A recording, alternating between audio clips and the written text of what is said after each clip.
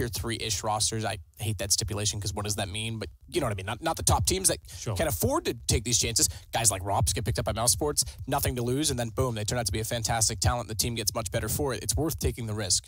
Absolutely. And that's why we had those academy teams maybe a couple of years ago. Don't see them anymore since the ruling. But yeah, I think there's still a few in existence. They just don't do as much anymore. That was the whole idea, right? You can farm these players up and keep them contracted in your organization.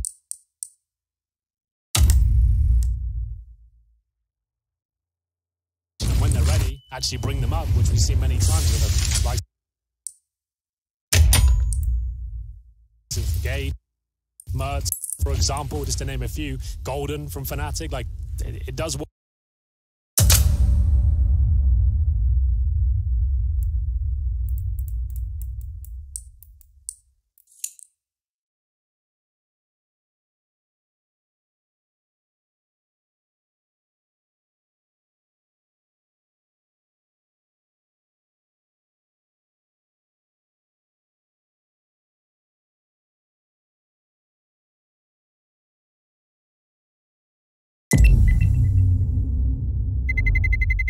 Let's roll.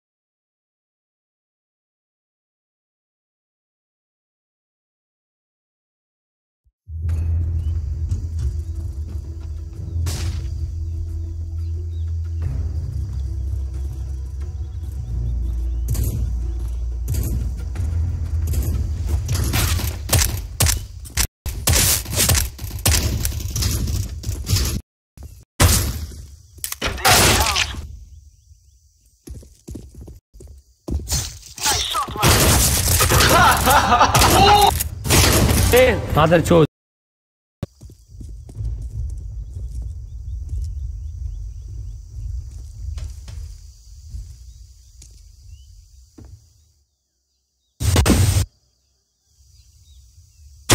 Terrorists win. Whoa!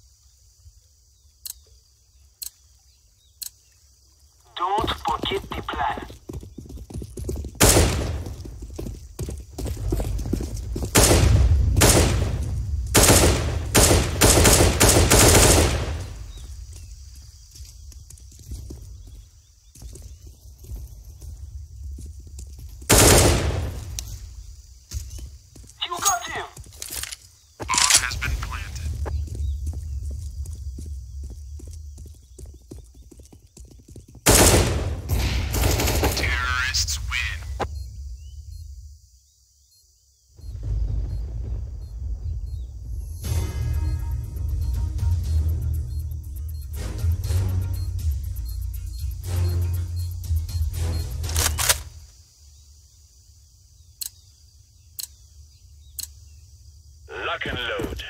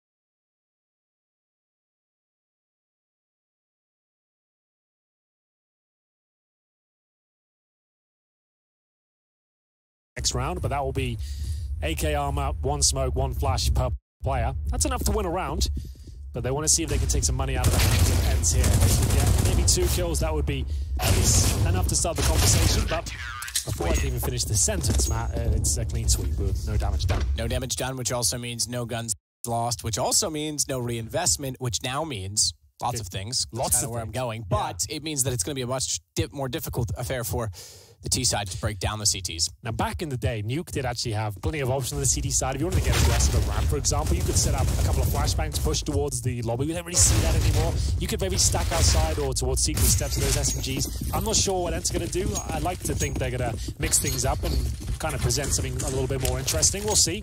They're taking 3 players outside, and that's what I was looking for. So they're going to challenge and actually use these SMGs up close. We saw for heroic S-Tag. Not going to be at this event, obviously, with that new lineup. He was exceptional at pushing outside.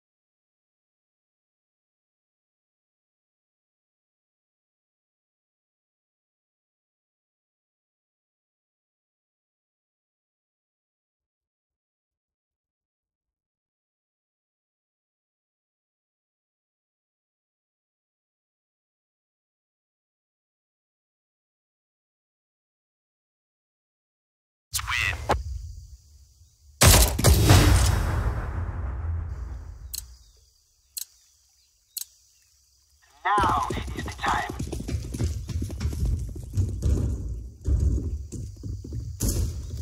Where is everyone?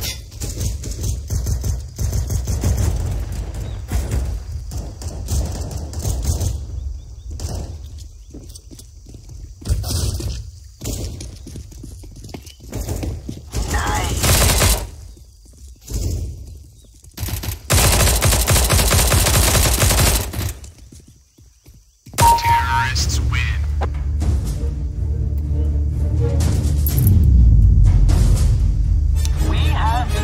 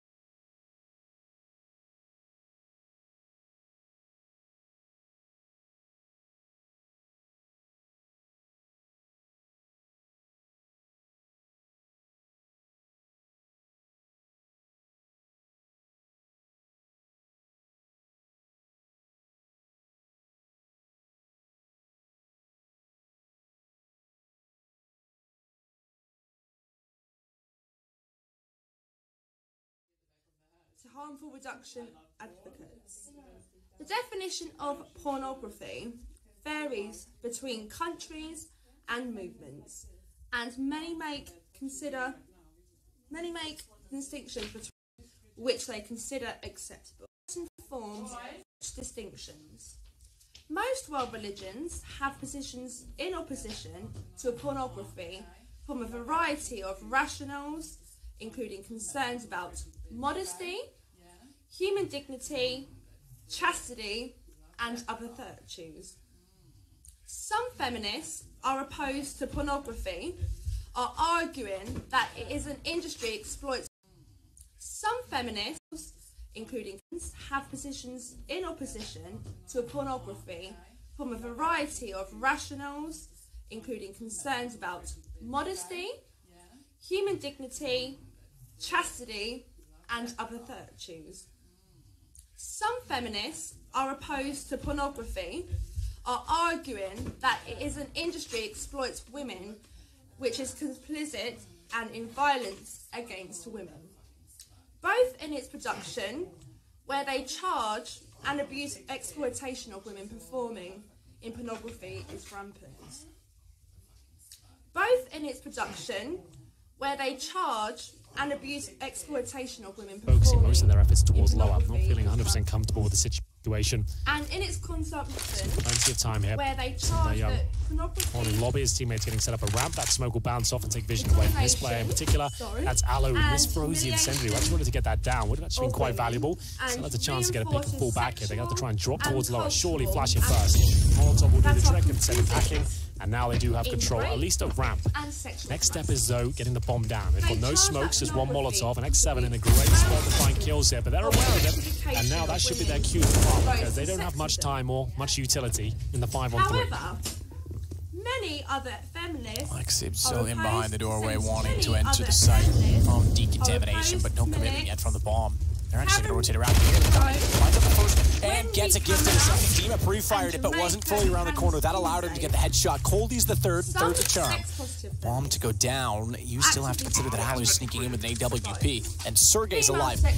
He certainly hasn't had the most resounding contribution in the early parts of this game, but since 16 kills, he can certainly be a factor. Down for the vents, though. Remember, no access directly to the site. That buys more time. And a smoke off on the door? It's a tough decision. I think they might just back out Secret. Yeah. With your pub, wow, money broken. Davkos probably takes one player down with him. That's going to be the most valuable target. Alu will lose his AWP, and Sergey, like you said, the youngest player on the squad and one of the youngest in the tournament, 16 years old, will be holding on to the info the best he can, trying to maybe get that orb. If he can grab that at the end, the bomb blast actually might help him out. His direction actually does, guaranteeing that he's not going to go down. He at least takes that to the next round. Alu, at one point, you'd put him up there in like the top 5 AWPers in the world. And we'll see if he can roll back the years somewhat. He might not even be given the weapon, considering he has got armor and Sergey has. He might just hold on to it. We'll see if that's the case.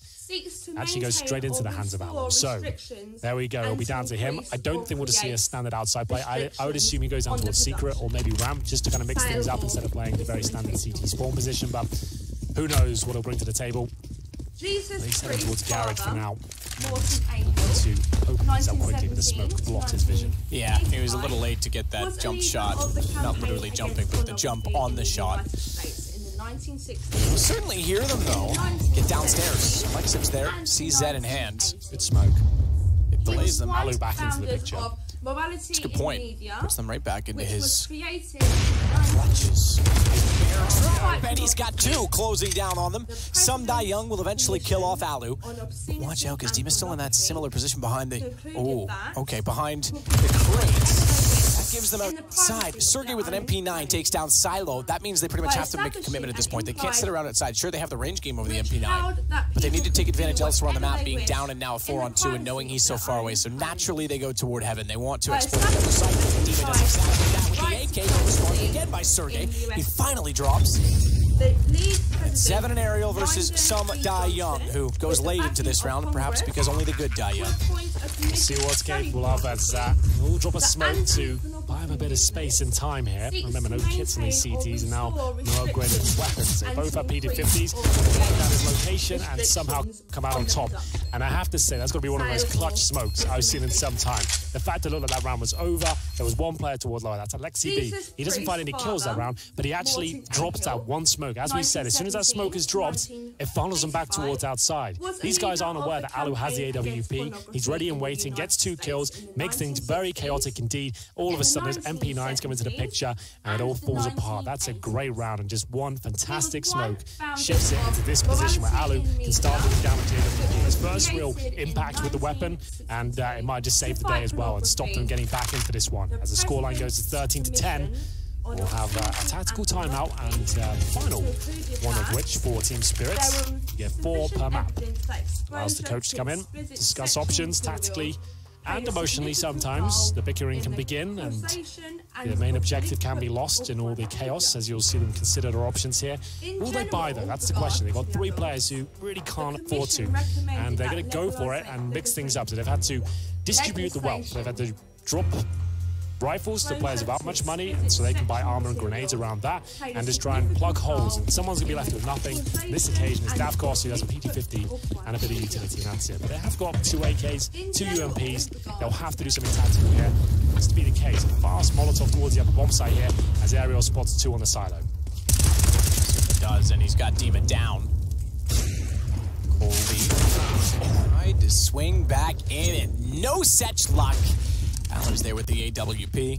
Removes him quite easily, I have to say. Not all is lost, though. The fact they can get this bomb down lower, potentially, this is still winnable. And look at how aggressive Sunday Young's going to be. They know they've already won out secret. Yep. Fence clear. Where's the obvious next place you got to sort? Well,